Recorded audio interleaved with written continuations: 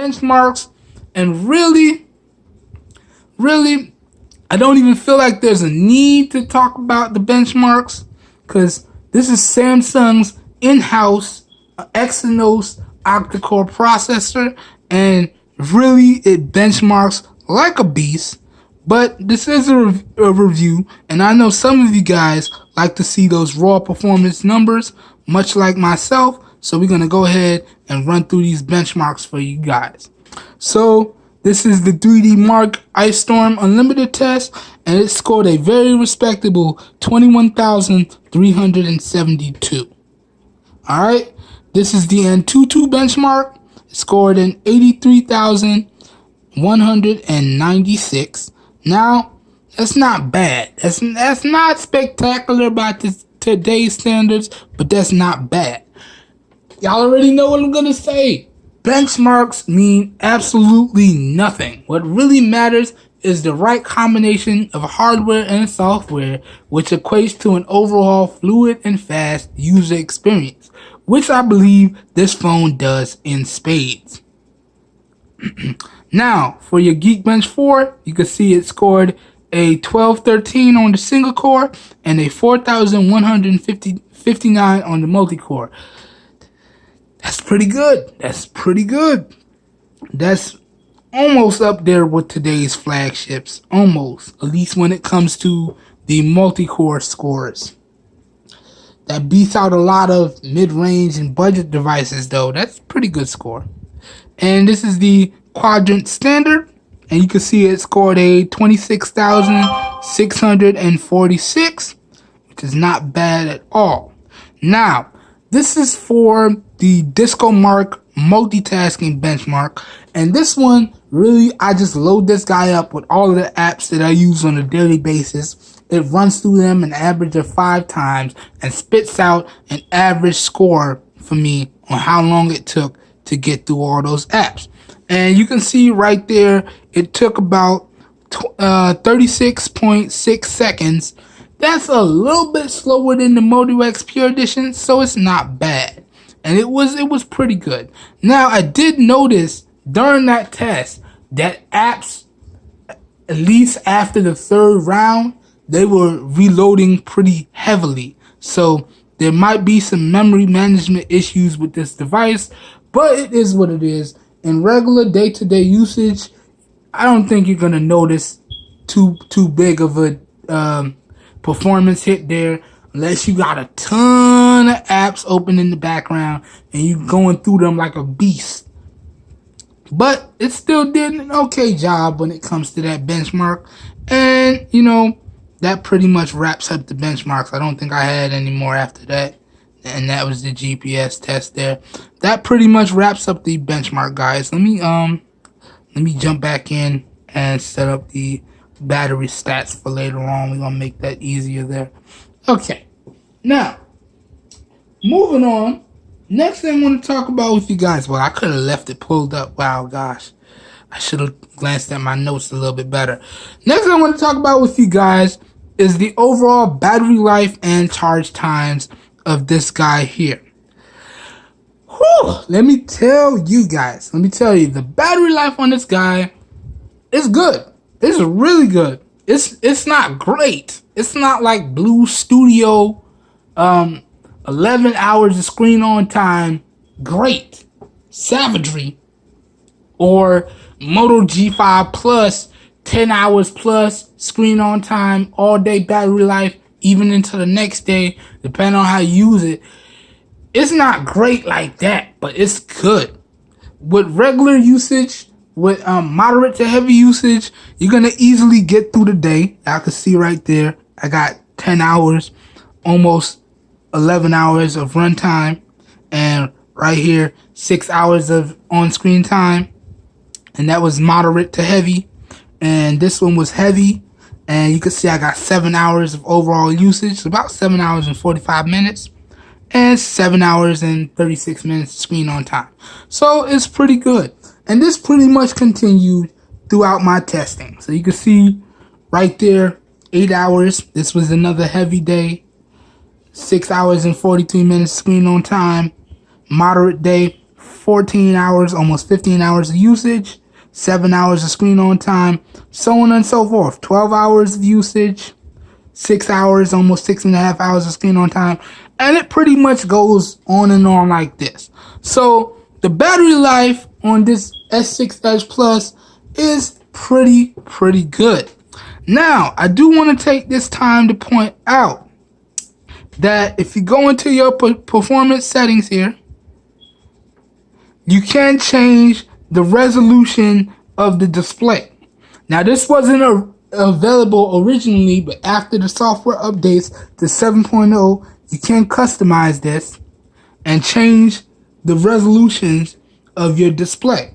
So y'all can see right there, I have it on that Quad HD Plus resolution at 2560 by 1440p. You can put it down to 1080p and 720p, and you will get slight differences in battery life. You will get about an hour, maybe an hour and a half more. Keep in mind, that's in my opinion, and I'm no professional by any means. I'm just a lover of technology, average user like you guys. But in my testing, you will get about an hour to an hour and a half more of on-screen time or general battery life, depending on where you have it. Now, because I like to keep it maxed out, because you know I've been using the G6, and the G6 doesn't really have this option, so I pretty much got used to having 4K display or Quad HD display maxed out. So when I got that update and I saw that was in there, I thought that was pretty cool, but used it like that for a few days, and then I put it back up to what it came out of the box and been using that like that ever since. Now, you do have your battery saving modes, your regular battery saver, your ultra battery saver, all that good stuff. I don't use those things. I'm a firm believer in, I got my phone to do what I want to do with my phone. I'm not going to handicap my devices by turning on all these battery saving features just to get through the day. If a phone's going to die on me and it's the middle of the day, I usually keep an extra device on me or an emergency device, so I'll just swap out my SIM and keep it moving.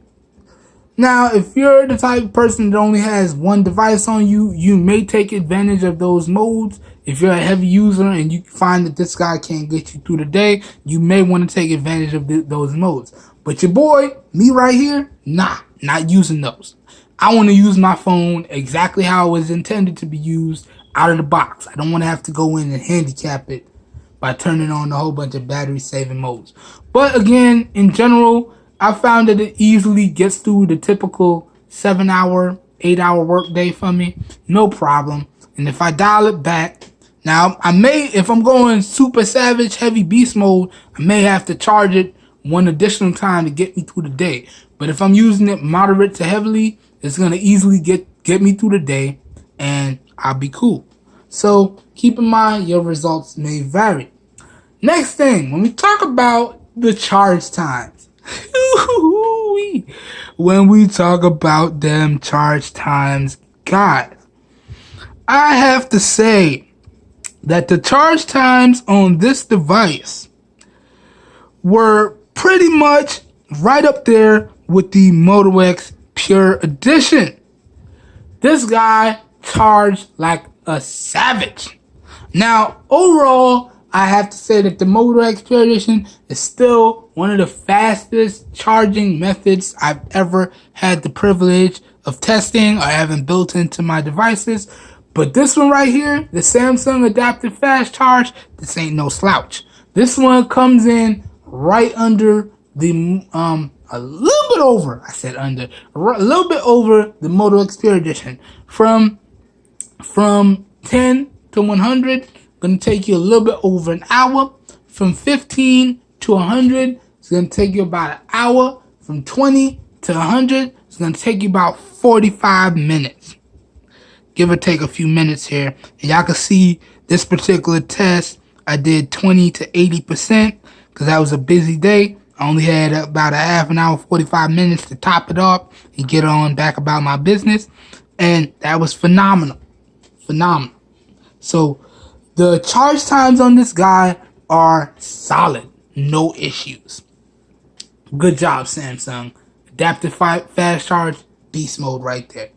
Another thing I wanted to point out is this guy also has wireless charging, and it also has fast wireless charging. And with fast wireless charging, you can charge up pretty much within 2 to 2.5 hours. And I found that to be on the ball here. On the ball. So right there, almost 2 hours. Yep, about 2 hours. The wireless charging is pretty good. Keep in mind, for the fast wireless charging, you have to use a fast wireless adaptive charger. Now, I tested it with the with my turbocharger, and it worked no problem. But if you don't have a turbocharger, you're gonna have to use a Samsung adaptive fast charger. If you use a regular charger, then you're gonna get the regular wireless charging speeds. Okay, so regular wireless charging is gonna take you anywhere from about 3.5 to 5 hours to get a full charge with the wireless charging. But it is there, and it's nice to have, and I'm pretty much getting addicted to it. Guys, I don't really use the chargers, the wall plugs, that often, because I have 2 wireless chargers now, and I only really use the wall plugs